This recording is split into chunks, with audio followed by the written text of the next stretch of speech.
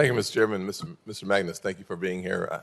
I had a few questions for you, but Senator Bennett's questions have answered at least one of my questions, which was whether or not you were unwilling to answer yes or no questions, or whether or not you were just selective in answering yes or no questions. I've come to the conclusion that you're just very selective on the questions that you're going to answer yes or no to, because both Senator Young and Senator Bennett asked very easy questions to say yes or no to.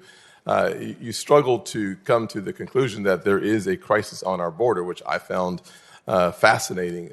Millions of Americans, literally millions upon millions of Americans, have come to the same conclusion that I have and that Senator Young has, and that, frankly, I think even the administration is now coming to the same conclusion, that there is a crisis on our southern border.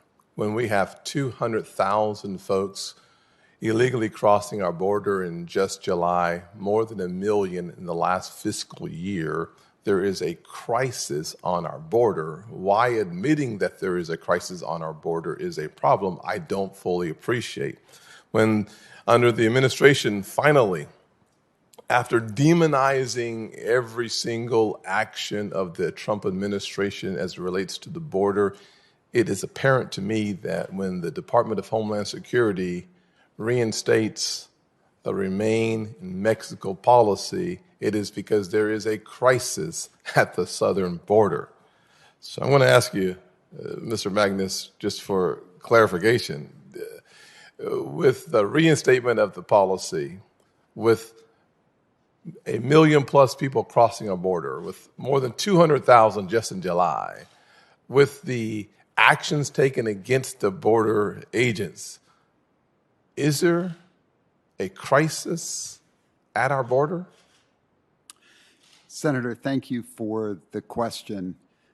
But if I might just make the observation that perhaps as a nation and as a group of even electeds, if we spent a little less time debating on what the terminology is and perhaps a little more time trying to fix a broken system and working together, we could address what I've already acknowledged is one of the most serious problems that we face right now in our nation. Well, Mr. Magnus, this is frankly where both Republicans and Democrats come to the same conclusion, that there is a crisis at our border. This is the one area of many areas within the political spectrum that we'd like to see some kind of uniformity and people working together and acknowledging the concerns that we have. But words have meaning. We are living in a time where we're trying to find a way to erase and then redefine words. But the fact that there's a crisis, there's just a crisis.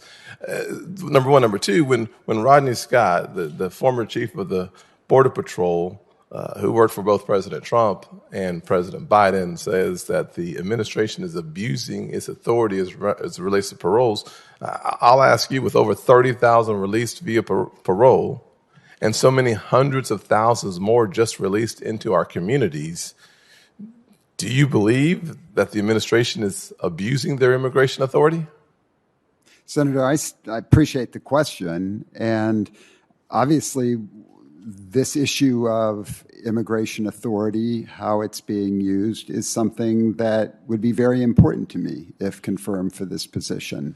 I'm coming into this, obviously, as someone from the outside. My intention would be to learn as much as I can, talk to different parties involved who maybe have very different perspectives on this, learn what I can, and then share that information with those above me. Let me just say it this way. When our American public is watching the reckless action in Afghanistan, where we are trying to figure out what the vetting process was for those folks arriving here, and we are thankful that those who assisted our soldiers in Afghanistan, we want to have the folks who deserve to be here from Afghanistan, and yet the vetting process was rushed because of the arbitrary nature of the departure. That creates one concern from an immigration standpoint.